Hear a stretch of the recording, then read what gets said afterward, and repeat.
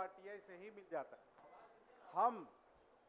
हम सरकार से जानना चाह रहे थे महोदय, और हमको पता है ये हम माननीय सदस्य जो पंचायत प्रतिनिधियों से जीत के आए हैं, ये उनका चिंता है। उनके साथ साथ सरकार भी चिंतित है कि ग्राम सभा मजबूत हो। लेकिन आए दिन जिस तरह का आदेश, जिस तरह का नियम आ रहा है महोदय, आए दिन निकलता है, वो खुद अपने आप में दर्शा रहा है कि आप जरूर नियम और कानून के तहत आदेश देते हैं, लेकिन आपकी दिशा और दशा वो है बंद हो जाता है। आप कमजोर करना चाहते हैं।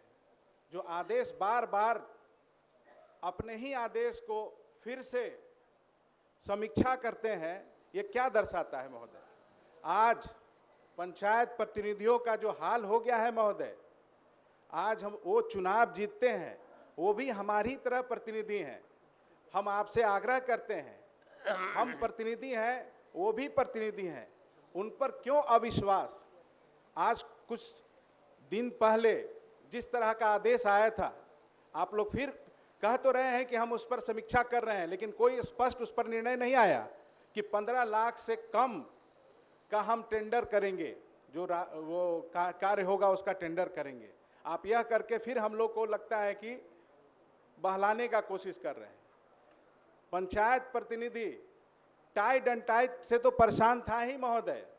ये नया नया आप नियम कानून ला करके ये क्या दर्शाना चाहते हैं महोदय? पता होना चाहिए, संविधान के 73वें संशोधन में के द्वारा अनुच्छेद 243 जी के अंतर्गत 29 विषयों पे जो अधिसूचना बने, जो अधिसूचित किया गया था, जो सरकार अपने संकल्प में 2001 और 2006 में जो संकल्प आया था, आज के डेट में कोई भी विभाग उसका अनुपालन नहीं कर रहा है महोदय।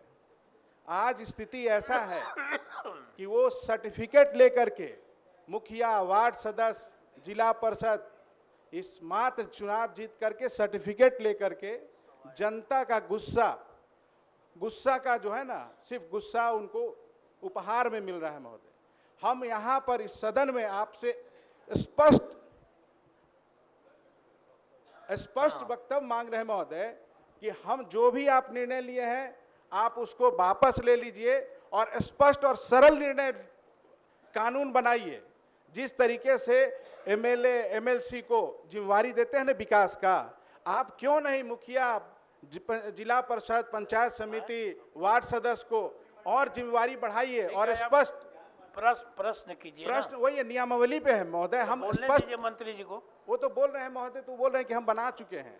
जो भी बना है महोदय नियम, आज तक कितने मुखिया वार्ड सदस्य को वो पता है? ये जलेबी की तरह घुमा हुआ है महोदय, किसी को नहीं पता है। आज बन के 3 साल हो गया है।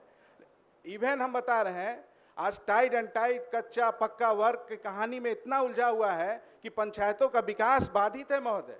हम कहते हैं कि विकास करना चाहते हैं, लेकिन उस दिशा में इतना रोड़ा क्यों? जितना मंत्री जी को बोलना ज्यादा तो आप ही बोल रहे हैं। हम बोल रहे हैं महोदय कि आप अगर आप स्पष्ट नियम बना दें, सरल नियम बनाए, ताकि वार्ड सदस्य, मुखिया उसको समझे कि नहीं हमको करना क्या है। आज के डेट में आप जाइए महोदय, मुखिया जी को पता ही नहीं। आज अगर समझ गए कि ये टाइट एंड टाइट में करना है, 2 वर्ष में कुछ और नियम आदेश ले आते हैं। हो गया नहीं तो दूसरा लेंगे। आज मंत्री महोदय आप स्पष्ट यहाँ कहिए कि ये जो आदेश आप लोग लाए हैं और टाइट एंड टाइट, इस सब को समाप्त करते हुए सरल हम डिक्टेट नहीं कर रहे हैं, हम कह रहे हैं, आग्रह कर रहे हैं महोदय, आग्रह कर रहे हैं कि नहीं आप सरल नियम लाएं। सभापति महोदय, माननीय मुखिया जी के बारे में माननीय सदस्य की चिंता हुई है, तो मैं इनको बताना चाहता हूं कि मुखिया जी का जो आया था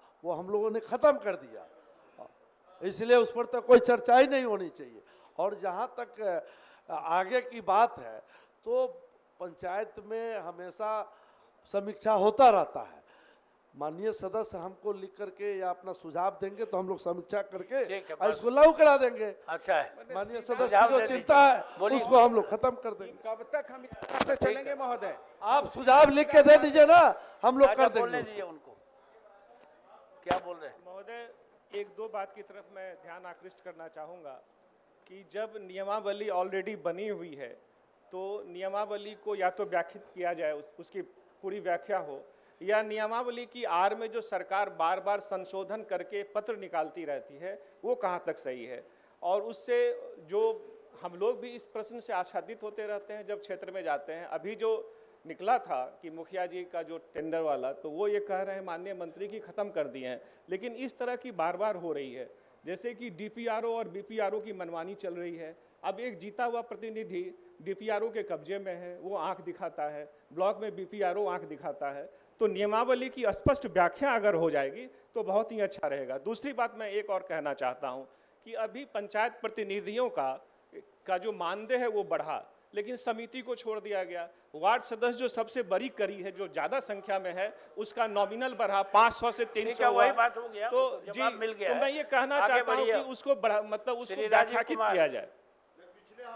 श्री राजीव कुमार।